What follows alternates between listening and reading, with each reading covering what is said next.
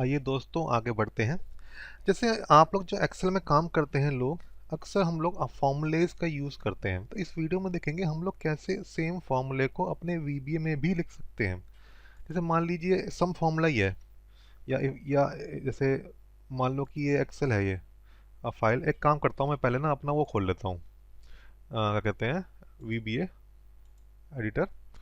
और इसमें क्या है कि इसमें चलता हूँ इस वाले मॉड्यूल में। तो हमने अपना ये माई टेबल रीजन बनाया हुआ है, आपने देखा था, है ना। तो इस माई टेबल रीजन को हम लोग भर लेते हैं, इस वाले सब को रन कर लेते हैं हम लोग। तो ये सारे रीजन में 45 भर गया। अब मान लीजिए मैं यहाँ चलता हूँ, यहाँ लिखता हूँ इक्वल्स टू सम। अब मुझे इस टेबल का सम करना है, तो सीधे माई टेबल का नाम दे दूंगा। तो क्या होगा, इस टेबल में जितने भी आइटम्स हैं इन सबका टोटल यहाँ पे आ गया। अब यहाँ पे दिखा रहा है 1485, लेकिन अगर मैं सेल पे क्लिक करता हूँ तो यहाँ देखिए, यहाँ वो अपना फॉर्मूला दिखा रहा है जो इसके पीछे बैकएंड में है। अब इससे होगा क्या कि मान लो यहाँ पे मैं कुछ चेंज करता हूँ 12, तो ये सम पे भी इफेक्ट करेगा, ये डायनेमिक हो जाता है फिर ये। तो ये सेम फॉर्मूला हम लोग अपने उसमें भी लिख सकते हैं। इसको डिलीट कर देते हैं, यहाँ से खाली कर दिया। चलते हैं अपने मॉड्यूल में, दूसरे मॉड्यूल ले लेते हैं, थोड़ा जगह साफ है। ये डिलीट कर देता हूँ, यहाँ पे सब, और इसको नाम दे देते हैं, मान लीजिए दी फॉर्मूला। ठीक है। और अब मान लो मुझे इस सेल में फॉर्मूला देना है F9, जो सेल आप चाहे ले सकते हैं। तो फिर से वही होगा, रेंज F9, ठीक है, डॉट फॉर्मूला। डॉट लगाते ही अपने आप ये सजेशन दे देता है क्या यूज़ करना चाहिए आपको, इक्वल्स टू। अब इसमें क्या होगा, फॉर्मूला तो लिखेंगे लेकिन फॉर्मूला इन्वर्टेड कोट्स के अंदर आएगा।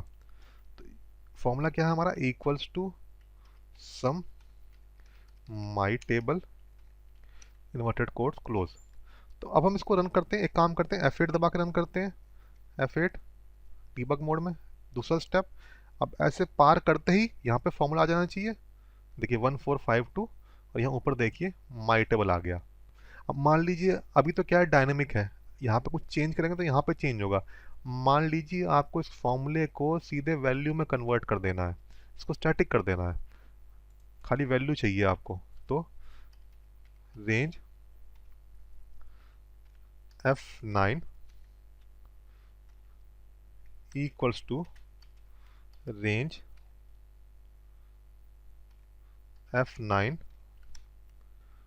Dot value. ठीक है।